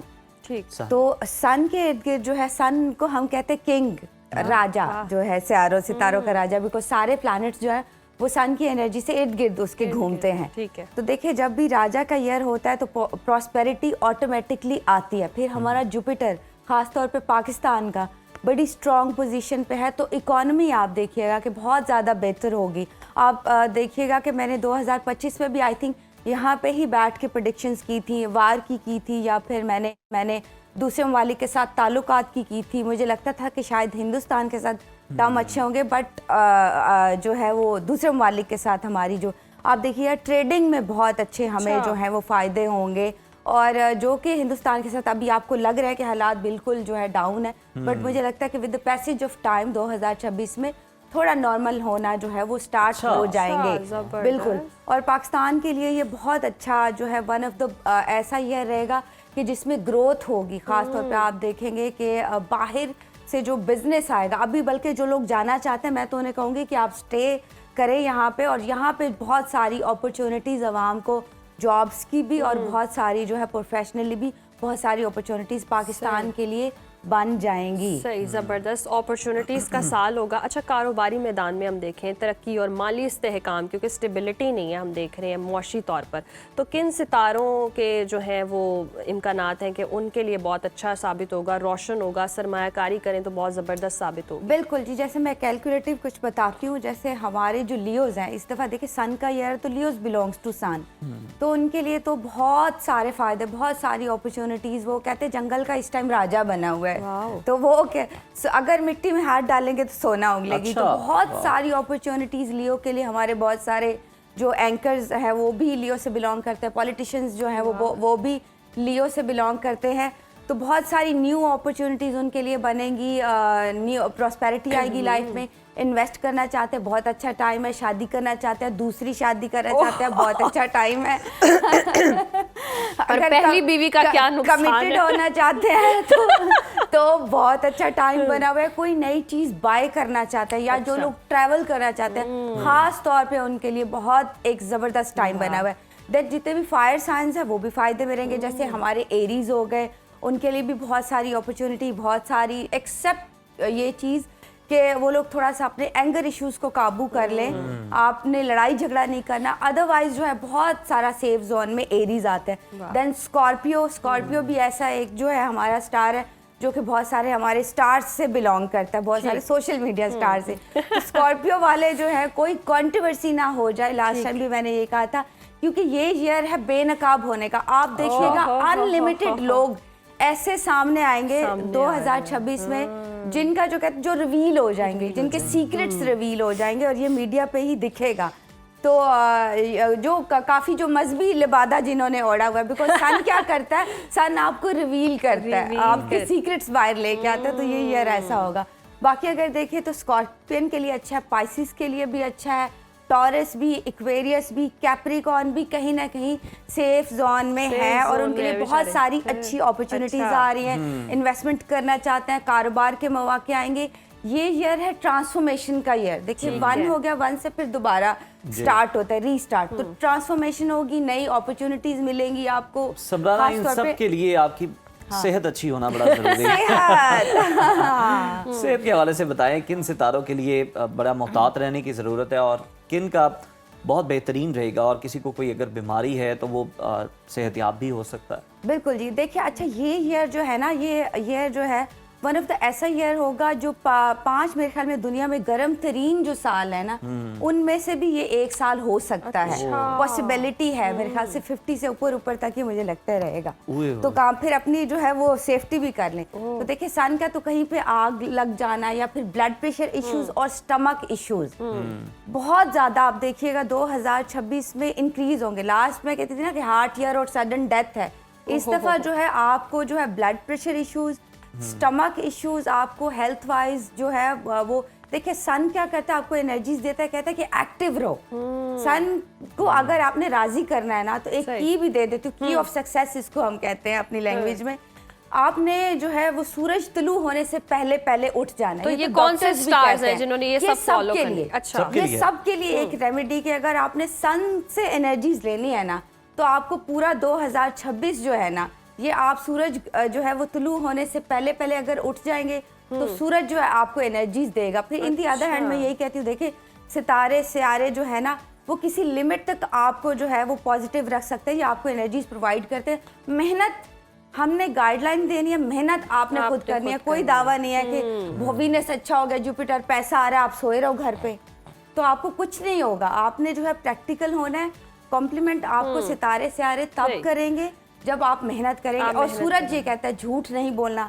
झूठ बोलेंगे आप फंस जाएंगे 2026 में। अपने घर वालों को राजी रखना है। सन इज अ फादर फिगर, तो फिर सन एनर्जीज आपको कॉम्प्लीमेंट करेंगी। सूरज से पहले उठेंगे, सन एनर्जीज आपको कॉम्प्लीमेंट करेंगी। जो लोग बिलियनियर बनना चाहते हैं तो उनको सुबह उठना पड़ेगा। सुबह उठेंगे तो वही कुछ हो सकता है, ऐसे ना कहें कि बस मैं बहुत तरक्की करूंगा। एक चीज मैं प्लीज और बताना चाहूंगी, सेहत के हवाले से हम बहुत ज़्यादा मोहतात रहने का मैं बार बार बोल भी रही हूँ। उसके लिए मैं एक सदका भी प्रैक्टिकल से आपको बता देती हूँ। सफ़ेद चीज़ें, ठीक है, चीनी जैसे होता है, चीनी है, आटा है या कपड़े, आप किसी को डोनेट करें। सदका प्रैक्टिकल इसलिए बोला है कि कि मैं कहती हूँ सदका वो होता है जो किसी के काम आ जाए। वो अगर आप देंगे तो सेहत के हवाले से फिर जो है आपके प्लैनेट स्लोली एंड ग्रेजुअली आपको कॉम्प्लीमेंट करना शुरू कर ये देंगे। आपको टिप भी मिल गई। इसके साथ साथ अब आप झूठ ना बोलने की बात करी थी और मोहब्बत हो और उसमें झूठ ना बोला जाए, लॉयल्टी। आपने सदके की बात की, वो सदके वारी जाने वाले टॉपिक पे आ गए। तो शादियों में, रिश्तों में किनको उनकी मोहब्बत मिलेगी, किनका महबूब है 2026 में जिनको मौका मिलेगा और अज़दवाजी जिंदगी किसी की अगर बेहतर होनी है तो किन स्टार्स यहाँ शुरू होनी है। चलो एक तो सबसे पहले जो है आपकी ऑडियंस को हम एक ट्रिक भी दे देते हैं कि जो लोग महबूब कदमों में लाना चाहते हैं उनको एक ट्रिक दे देते हैं। ये तो सारे अलर्ट हो गए होंगे। हाँ, आप देखो क्या कर रहा है आपने। महबूब अट्रैक्ट होता है, वीनस अगर आपका अच्छा होता है तो ऑटोमेटिकली मोहब्बत के मामलात आपके अच्छे हो जाते हैं, फेम के मामलात आपके अच्छे हो जाते हैं।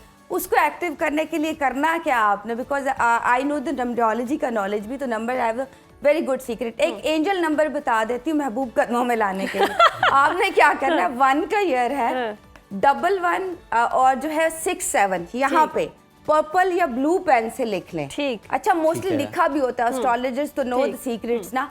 तो जैसे बॉस नहीं मान रहा, कोई पैसे नहीं दे रहा, तो फिर जो है आप ये लिख के जब जाएंगे तो ऑटोमेटिकली जो है आपकी एनर्जीज महबूब के टुवर्ड जो है वो कदमों में जरूर आएगा। ये बिल्कुल डेफिनेटली बिल्कुल। और महबूब अगर मिल ही ना रहा हो, नंबर कैसे दिखाएं फिर उसको?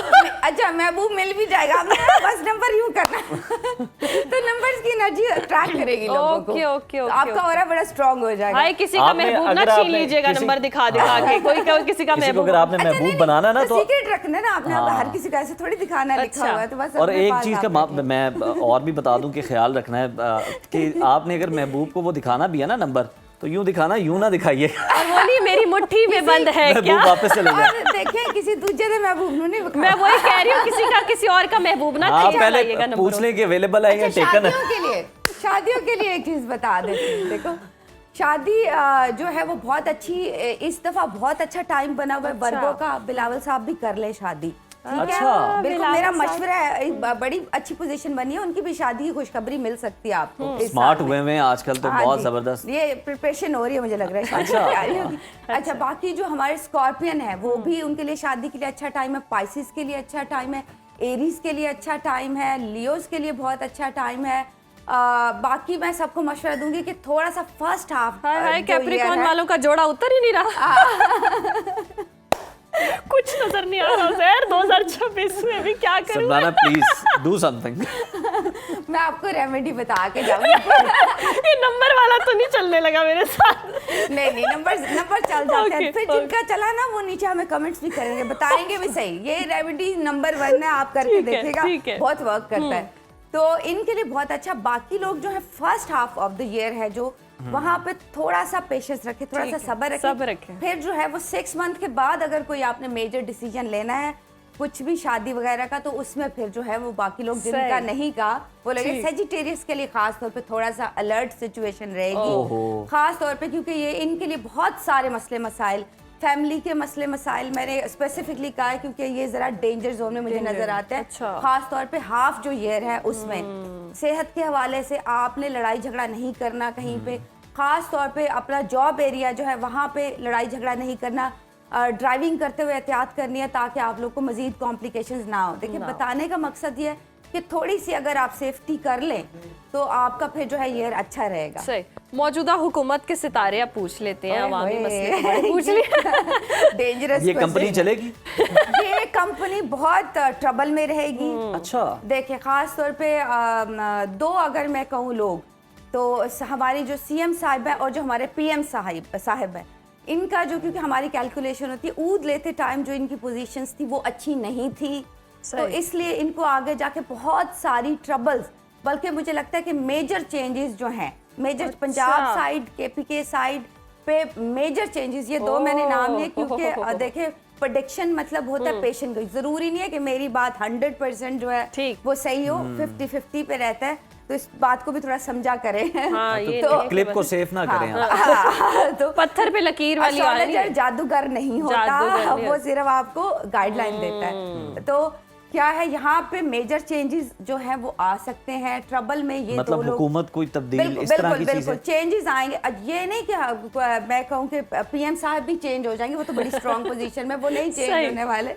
पर जो है हुकूमत में चेंजेस, काफी सारे मेजर चेंजेस जो आपको देखने को मिलेंगे, खासतौर पे अप्रैल, मई और जून के ड्यूरेशन में। तो इनको एहतियात करनी पड़ेगी, इनको अपने डिसीजन सोच समझ के लेना पड़ेंगे। जरा सी गलती हुई तो मामला खराब हो जाएगा। खराब हो सकते हैं, गलतियां ना करें भाई, मामले ना खराब हो। अच्छा, हमने 2025 देखा अस्करी लिहाज से हमारे लिए बड़ा ही बेहतरीन था, फतह समेटी हमने। 2026 के हवाले से क्या पेश गोई? बिल्कुल जी, थोड़ी सी कॉम्प्लिकेशन जो है वो बॉर्डर साइड पे रह सकती है, लेकिन अल्हम्दुलिल्लाह पाकिस्तान इतनी स्ट्रॉन्ग पोजीशन में है कि अगर लास्ट टाइम हमने कुछ हेरा फेल गिराया तो इस दफा हमारे पास वो पावर है वाह, कि 20 वाह, तो वाह, वाह, आराम वाह। से हम लोग सुन गिरा लो, लेंगे। सुन लो तो भाई। वहाँ पे देखिए सोचे भी ना इस साइड पे आने का सोचे भी ना। हमारे सितारे भी हमारे साथ ही देखे अफगान साइड पे मुझे लगता है थोड़ी बहुत हमारी कॉम्प्लिकेशन रह सकती है। अच्छा, अब इस दफा जो वॉर है ना, मुझे लगता है कि वो थोड़ी डिजिटल वॉर होगी। जैसे मैं कहूँ कि टेक्नोलॉजी में आप देखिएगा, इस दफा तो कहते हैं एलियंस का से भी मिलने के मौके मिल जाएंगे। 2026 में ऐसी खबरें भी आएंगी। AI जो है वो अपनी पीक पे होगा, टेक्नोलॉजी जो है बहुत ज्यादा इंक्रीज होगी, खासतौर पे सोशल मीडिया को बड़ा वॉच मिल जाएगा, लोग बड़े वोकल हो जाएंगे। देखिए सन का ईयर है तो गवर्नमेंट से लोग जवाब मांगेंगे, लोग जो है वो हर चीज के लिए आप आंसरेबल होगी हमारी सही, गवर्नमेंट, इस तरह से होगा। इनकलाबी ईयर भी हम ये अच्छा, कह सकते हैं। पाकिस्तान क्रिकेट टीम के हवाले से हमें बताएं, क्रिकेट के एतबार से 25 तो हमारा कोई अच्छा नहीं रहा माजरत के साथ, लेकिन 2026 में क्या इम्कानात नजर आ रहे हैं? जी अच्छा, काफी अच्छा। 2026 में जो है वो खेलों के लिहाज से जो है, जिस तरह हमें आई थिंक लास्ट टाइम हमें गोल्ड मेडल जेवलिन के उससे मिला है, इस दफा भी ऐसी खुशखबरियां आती हुई दिखती हैं। इस साल जो है अंडर 19 टीम ने भी हमें खुशखबरी दी। बिल्कुल काफी ग्रोथ होगी और काफी सारी अच्छी खुशखबरियां आपको। कोई बड़ी खबर तो नहीं मैं अभी क्रिकेट के हवाले से सुना सकती सिवाय बाबर आजम के। अच्छा, कि ये मे भी जो है वो शादी उनकी हो जाए और कमिटेड हो जाए इस साल। बल्कि बाबर आजम का तो मैं कहती हूँ सर आप 2-2 शादियां करें, क्योंकि आप शादी करेंगे तो मुझे लगता है कि आप मजीद आपकी लक जो है वो इंक्रीज हो जाएगी। ऐसा भी होता है? आपके हाँ जी, पार्टनर की लक भी कनेक्टेड होती है, तो आपकी मजीद लक। तो माहम आप सोचें इस बारे में। मैं किसके बारे में सोचूं? मैं किसी के बारे में नहीं सोच। और जो माहम के बारे में सोच रहे हैं प्लीज इनको अच्छा, कांटेक्ट करें। बेचारे गहरी सोचों में पड़े हुए हैं सबदाना कि हमने यहाँ रहना है, बाहर जाना है। उनके हवाले से भी बता दें कि कौन से सितारे जो हैं उनके लिए आइडियल है जाना, किन के लिए बेहतर है ठहर जाना। बिल्कुल जी, जैसे हम देखें एरीज हो गए, सजिटेरियस हो गए, लियो हो गए, इनके लिए तो वैसे मैं कहती हूँ कि बेशुमार जो फायर साइंस है इनके लिए बेशुमार अपॉर्चुनिटीज बनेंगी। वाटर साइंस में स्कॉर्पियन हो गए, कैंसेरियन हो गए, हमारे एक और कौन सा वाला है, पाइसेस। क्यों मैं पाइसेस कैसे भूल सकती हैं आप? सामने भी पाइसेस बैठे, इनको बहुत सारी जो है वो अपॉर्चुनिटीज मिलेंगी, बहुत सारे अफेयर्स हो सकते हैं। इसलिए मैंने तो जो लड़कियां कनेक्ट करना चाहती हैं बेशक कनेक्ट करें यहाँ पे। तो बहुत सारे जो है इस तरह के मामलात, और ये लोग जो है बिल्कुल वीज़ा अप्लाई करें। बल्कि मैं इस मामले में भी आपको बता दूं कि 2026 में बहुत अच्छी खुशखबरी है इस हवाले से। जहाँ जहाँ हमारे वीज़ाज वगैरह की कॉम्प्लिकेशंस हो रही हैं, वहाँ पे भी आप देखिएगा कि बेहतर जो है वो निज़ाम आपको स्लोली एंड ग्रेजुअली होता हुआ दिखेगा इस सिलसिले में। जबरदस्त समराना साहिबा, बहुत शुक्रिया आपके वक्त का। और कुछ बातें आपने वाकई बहुत ऑथेंटिक की कुछ ना कुछ डॉट्स जुड़ रहे हिट किया आपने सही जगह पे कि कुछ अच्छा। वैसे देखें इम्कानात मौजूद रहते हैं, अच्छा बुरा कुछ भी पॉसिबल हो सकता है, तो हर वक्त के लिए आपको तैयार रहना है। बस 2026 के लिए आप बस ये सोचें कि आप कुछ भी है गो विद द फ्लो, तैयारी पूरी रखें और गो विद द फ्लो के साथ। यहाँ वक्त ब्रेक का, देखते रहिए सुनो पाकिस्तान।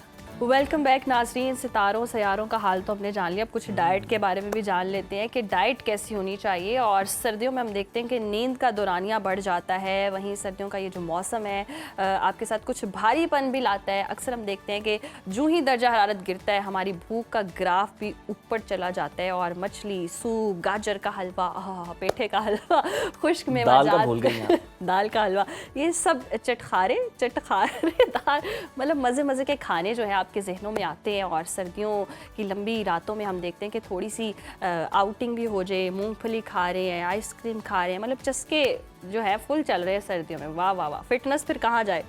फिटनेस पर तबाही। तो जनाब बात तो यही है कि माम ने तो मज़े की सारी चीज़ें गिनवा दी हैं, और मसला ये कि हम सर्दियों में एक्सरसाइज करना भी छोड़ देते हैं, लेज़ी हो जाते हैं, और पानी तो जनाब कोई याद करा दे तो पी आज लेते हैं। वैसे न्यू ईयर नाइट भी है, ये सारे खाने मज़ेदार चीज़ें मैंने बता दी। तो परेशान होने की आपको ज़रूरत नहीं, क्योंकि आज हमारे साथ प्रोग्राम में मौजूद है माहिर ग़िज़ाइयत, जो हमें बताएंगी कि आप अपनी मनपसंद सर्दियों की ग़िज़ाओं के साथ स्मार्ट कैसे रह सकते हैं। तो जनाब वो कावे भी जानेंगे जो फैट बर्न करते हैं, और कौन सा जादुई डाइट प्लान है जो सर्दियों की सुस्ती को चुस्ती में बदल दे, आपको एक्टिव कर दे। तो माहिर ग़िज़ाइयत इशल साकिब हमारे साथ मौजूद हैं। इशल, good morning, welcome to Suno Pakistan. अच्छा, ये मसाइल तो हमने बता दिए हैं कि सर्दियों से रिलेटेड हैं, भूख भी ज़्यादा लग जाती होती है, और फिर मीठे की क्रेविंग्स बहुत ज़्यादा हो रही होती हैं। वजह क्या है, पहले तो ये भी बताएं सर्दी और गर्मी की, और इसे कंट्रोल कैसे कर सकते हैं, जो कि बड़ा मुश्किल काम है। बिल्कुल, सर्दियों में बहुत ज़्यादा क्रेविंग्स होती हैं और खाया ज़्यादा जाता है। उसकी साइंटिफिक रीज़न ये है कि हमारी बॉडी थर्मोजेनेसिस के प्रोसेस से गुजर रही होती है, यानी कि हमारी बॉडी, क्योंकि ठंड होती है आउटर एनवायरनमेंट में, तो हमारी बॉडी ज़्यादा थर्मोजेनेसिस करके हीट प्रोड्यूस करती है, जिसकी वजह से हमें भूख ज़्यादा लगती है। तो उसमें क्या होता है कि हमें जल्दी जल्दी डाइजेशन जल्दी हो रही होती है, और हमें फिर और ज़्यादा खाने की क्रेविंग होती है कि बॉडी हमारी वार्म रहे, क्योंकि जितनी एनर्जी, जितना आप फूड देंगे उतना मेटाबॉलिक रेट इंक्रीज करेगा, उतनी आपको एनर्जी मिलेगी। तो एक ये वजह है क्रेविंग्स की। दूसरी वजह ये है कि जब मौसम प्लेजेंट होता है, जिस तरह अगर आप गर्मियों की भी बात करें, तो जब मॉनसून होता है तो उसमें बारिश हो रही होती है, तो हमारा दिल करता है पकौड़े, फ्रिटर्स, इस तरह की हर चीज़ खाने को, फ्राइड स्टफ खाने को। इसी तरह जब सर्दियाँ होती है तो ऑटोमेटिकली क्रेविंग ज़्यादा होती हैं, ऑटोमेटिकली दिल करता है कि हलवे भी खाएं, चाय भी, हर थोड़ी देर बाद चाय पिएं, कॉफ़ी पिएं। उसके अलावा स्नैकिंग करने को दिल करता है, बिकॉज ऑब्वियसली आपको अच्छा लग रहा होता है, आउटर एनवायरनमेंट ज़रा थोड़ा ठंडा ठंडा होता है। गर्मियों में क्या होता है कि हमें क्रेविंग्स उस तरह इसलिए नहीं होती, क्योंकि वो गर्मियों में इतनी सैचुरेटेड होता है, इतनी डिहाइड्रेशन हो जाती है एट टाइम्स, कि सालन और इस टाइप की चीज़ें खाने से आपका बिल्कुल दिल नहीं कर रहा होता। एट टाइम्स लोग अवॉइड करते हैं, खाली टोस्ट खा लेते हैं और स्पाइसेस नहीं खा पाते, क्योंकि बहुत गर्मी होती है। तो ये एक मेजर फैक्टर है जिसकी वजह से सर्दियों में हम ज़्यादा खा लेते हैं। और वैसे भी गर्मियों में चिड़चिड़ापन भी होता है, इंसानों को इंसानों से चिड़ हो रही होती है, पीछे पीछे हो जाए।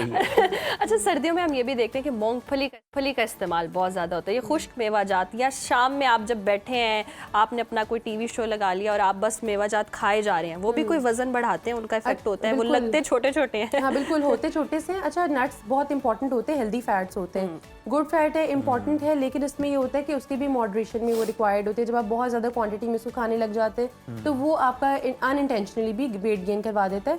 जिसमें अगर मूंगफली की आप बात करें, इसके अलावा कैशूज़ है, बादाम है, पिस्ता है, अखरोट है, ये सब चीज़ें बहुत ज़्यादा लोग खाते हैं।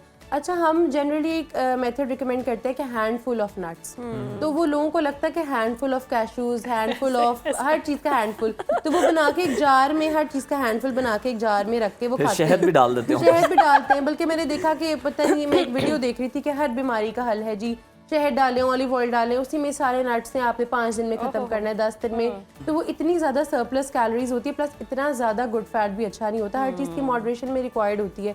तो इसीलिए ये वाली चीज़ें बहुत ज़्यादा नहीं लेनी, इसकी भी रेंजेस होती है, क्वान्टिटीज़ होती हैं। जिस तरह अगर बादाम की बात कर लें तो आप 4 to 8 ले लें, उसके डिपेंड करता है आपकी पर्सनल नीड्स कितनी है। सेफ रेंज है 6 ले लें आप, 6 आमंड सोक्ड ले लें ओवरनाइट। प्लस आपने फिर उसके बाद अगर पीनट्स हैं तो वो आप हैंडफुल लेंगे, जो है आप अपने जितने आपके पूरे आ रहे हैं उसमें आप ले लें। उसके अलावा जो है कैशूज़ हैं वो 2 to 3 लेंगे, वो बहुत ज़्यादा नहीं लेने, उसमें अगेन फैट बहुत ज़्यादा होता है, तो कैशूज़ को मॉडरेशन में लेना है।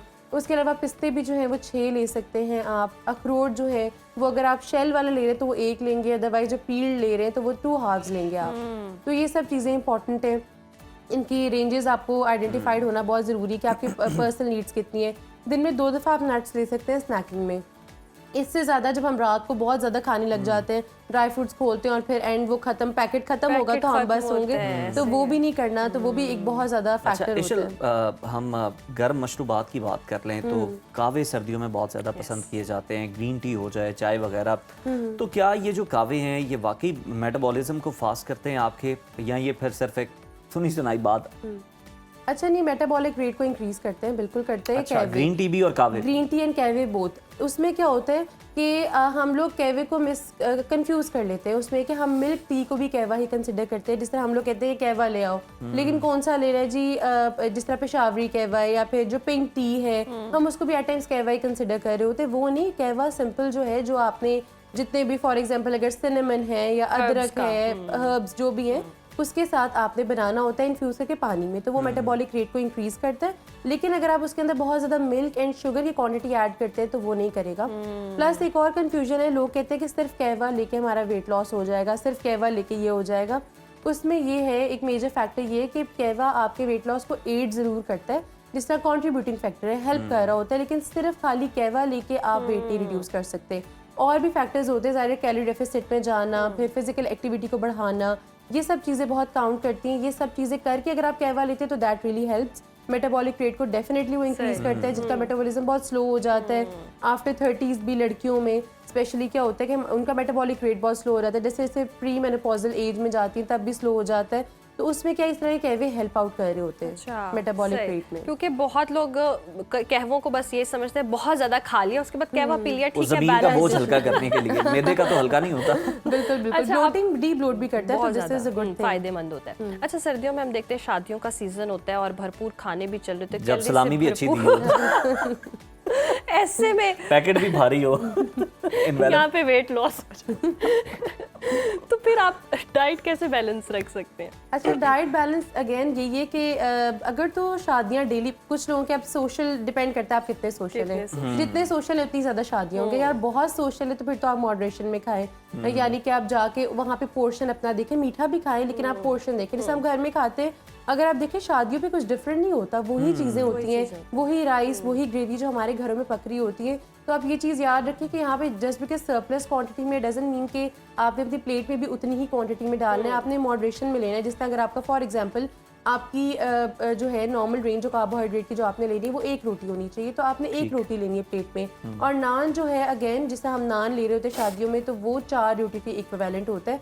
तो उसमें आप 1/4 ले लें। बहुत ज़्यादा कैलोरीज होती है नान में, क्योंकि वो मोटा होता है, जितना वो अच्छी क्वालिटी का होगा उतनी उसमें कैलोरीज ज़्यादा। अच्छा, रोटी में भी लोग फिर वो करते हैं ना छेड़छाड़, पूरे तवे की बना लेते हैं, बहुत बड़ी बना लेते हैं। उसका आइडियल साइज वैसे क्या होना चाहिए? उसका हम ना स्टैंडर्ड साइज बताते हैं 6 इंचेस या फिर डिस्क 9 साइज? इंचेस। अच्छा, मैं जनरली इस तरह बताती हूँ, CD साइज जो चपाती होती है, जो आपके इस तरह दोनों पाम्स में पूरी आ जाए, एक सर्कमफेरेंस में पूरी आ जाए, वो आपका पोर्शन है बेसिकली। तो उसमें ये कि कुछ लोगों के ज़ाहिर कुछ लोग अंडरवेट होते हैं, वो एक CD साइज चपाती नहीं खा सकते, तो उनके लिए 9 इंचेस की रिकमेंडेड होती है। अगेन अगर आपने मेजर करना है तो आप इंचेस टेप तो नहीं लेंगे, तो आप इस तरह करके मेजर कर लें, this is 9 inches and that's 6। तो वो आपने अब तो इस तरह से मैट भी आगे हुए हैं, वो आप बेलें और बड़ी वो देखें, मैं किचन में जाती हूँ। अच्छा, इसे ये बताएं कि वो कौन सी 3 चीज़ें हैं जो हम सर्दियों में बड़े शौक से खाते हैं और वो खामोशी से हमारे पेट के चर्बी में, पेट में, इर्द गिर्द में, लव हैंडल्स में वो कई गुना चर्बी जो है वो बढ़ा देती हो जाता है। हाँ। अच्छा, उसमें सबसे पहली चीज़ है हलवे।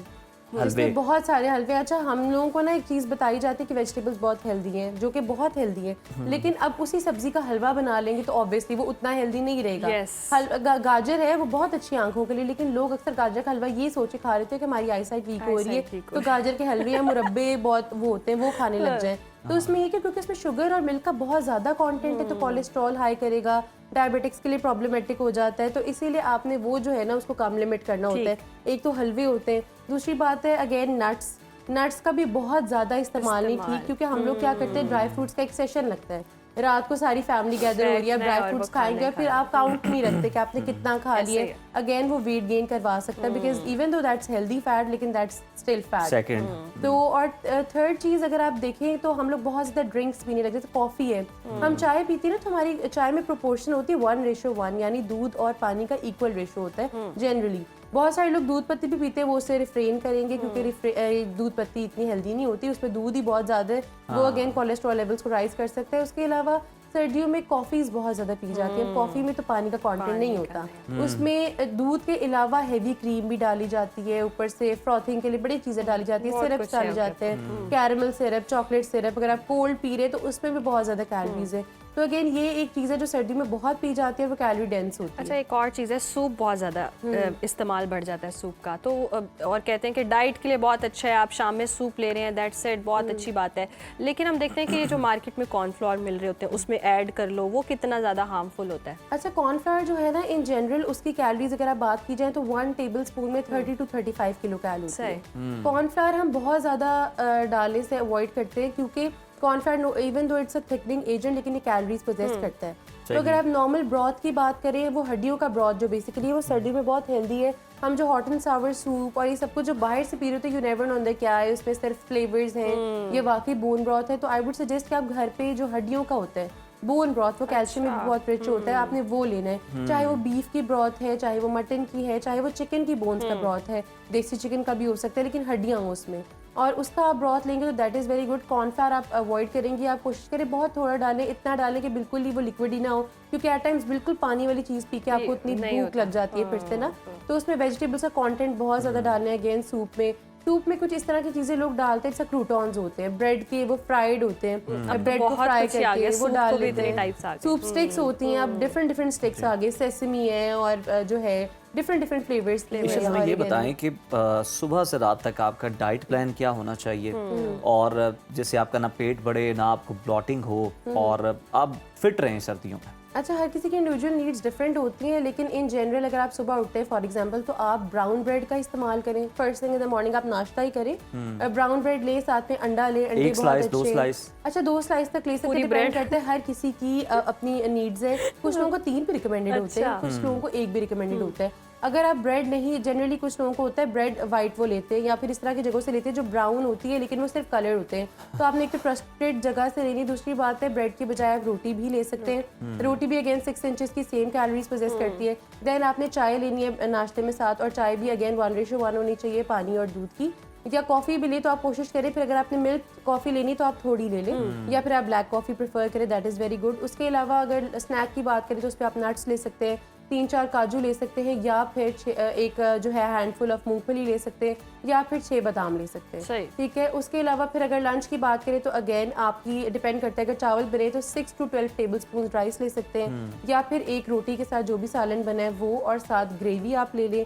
उसके अलावा आप जो है दही का इस्तेमाल करें और सैलेड। उसके अलावा फिर अब स्नैक का टाइम आएगा। अब ये जो स्नैक टाइम है इस पे आप फ्रूट्स ले सकते हैं। फ्रूट्स में जो भी सीजनल अवेलेबल है, बनाना भी हो सकता है, उसके अलावा एप्पल भी हो सकता है, ऑरेंज भी हो सकता है, अनार भी हो सकता है। अगेन ये बहुत ज़्यादा नहीं लेना, 1 fruit at a time, 1 medium size fruit. अनार भी है तो 1 बोल से ज़्यादा नहीं लेना। उसके बाद जब डिनर आ जाता है तो डिनर थोड़ा सा लाइट रखा करें। अगेन उसमें रोटी ज़रूर लें, ये नहीं आपने करना कि कार्बोहाइड्रेट्स बिल्कुल स्किप कर दे, लेकिन प्रोटीन उसमें ज़्यादा कर लें, बिकॉज आपको एनर्जी चाहिए। और कोशिश करें कि रात को 8 बजे के बाद ना खाएं। जो लेट नाइट क्रेविंग्स हैं उनमें अगर आपको ब्लैक कॉफ़ी पी लेते हैं या गर्म पानी पी लेते हैं तो आपको सैटिस्फैक्शन लेवल रीच कर जाता है। तो लेट नाइट खाना is very harmful for your gut, for your stomach, हर चीज़ के लिए।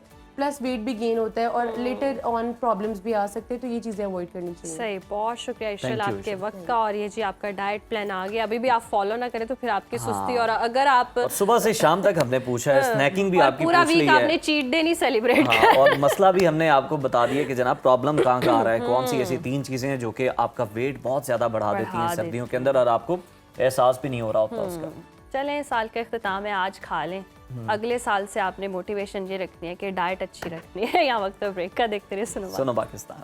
तो जनाब नए साल का आगाज़ होने वाला है और अब मूड बड़ा ज़बरदस्त है जनाब। अच्छे ख्यालात हैं और अच्छे नज़ारों की बात हो रही है जनाब, व्यूज़ की बात हो रही है। ये वो वाले व्यूज़ नहीं जो पोस्ट पे आते हैं जो बार बार चेक करते हैं, हाँ, ऐसे व्यूज़ जो अल्लाह ने दे दिए हमें, मतलब आप जी भर के देखें और दुनिया में जन्नत का मज़ा लें। और हम आपको कोई डेस्टिनेशन भी बता दें कि अगर आपने विजिट करना है 2026 में, कोई आप प्लान कर रहे हैं तो जनाब आप जा सकते हैं।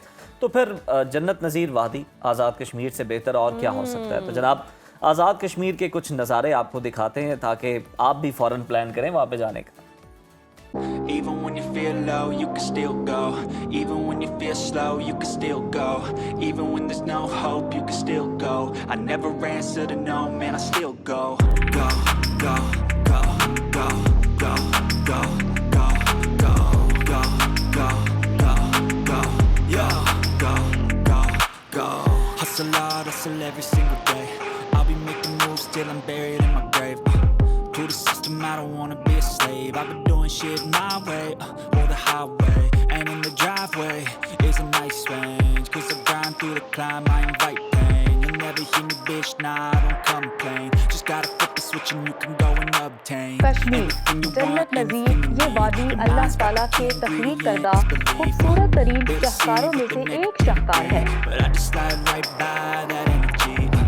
Even when you feel feel low, you can still go. Even when you feel slow, you can still go. Even when there's no सरसब्ज hope, you Shadab can still और go. फूलों से I never लहलहाती answer to no, man, I Hasina still जमीन go. वादियाँ बुलंदो बाला पहाड़ों की खूबसूरती में लिपटी पुरकशिश झील चश्मे मौसमों के दिलकश नज़ारे मेवों और नेमतों की फरावानी कश्मीर को पूरी दुनिया में मुनफरिद मकाम और हैसियत देती है। कश्मीर की बेशबा खूबसूरती को देखकर ऐसा गुमा होता है जैसे दुनिया में जन्नत का टुकड़ा उतर आया But हो। even that could change. You could flip the gray matter like some batter in your brain. That's why I say, fake it till you make it A. And if you गर्मी play का that मौसम game, हो then you या just might make a सर्दी और change. बर्फबारी, Rearrange all the Kashmir के bad, you इलाके okay? कुदरती Take the हुस्न worst और thoughts saying, दिलकशी turn में them to अपना a सानी game. नहीं Take रखते। the best thoughts वादिय saying, put them Kashmir on her display. मौसम On में repeat in मुनफरिद your brain नज़ारा till you're पेश feeling करती no है। more pain. इन दिलकश Never नज़ारों slow से yourself लुत्फ अंदोज down, होने you के can do लिए some more. दुनिया भर Push से back, सयाह start यहाँ again, पीछे never चले find जाते हैं। a door. Open it up and finally explore everything that you thought you could never do before. And even when you feel low, you can still go. Even when you feel slow, you can still go. Even when there's no hope, you can still go. I never answer to no, man, I still go. Go, go, go, go, go, go, go, go, go, go, go. ज़बरदस्त जगह और ये नज़ारे देखकर दिल ही नहीं करा कि इंसान यहाँ बैठा रहे और बस दिल करे बस चला जाए क्या कहीं। खूबसूरत झरने आबशारे हैं और जनाब चरागाहें हैं हरी भरी। तो बड़ा ही बेहतरीन डेस्टिनेशन है। अगर आप प्लान करना चाहते हैं अपने प्यारों के साथ, फैमिली के साथ, तो जनाब आप ज़रूर विज़िट कीजिए और नए साल की खुशियाँ जनाब आप ऐसी बेहतरीन जगह पर अगर सेलिब्रेट करें तो उसका मज़ा तो वहाँ दुगना ही हो जाए। जाते साल को बाय बाय और नए साल को हाय हाय करें।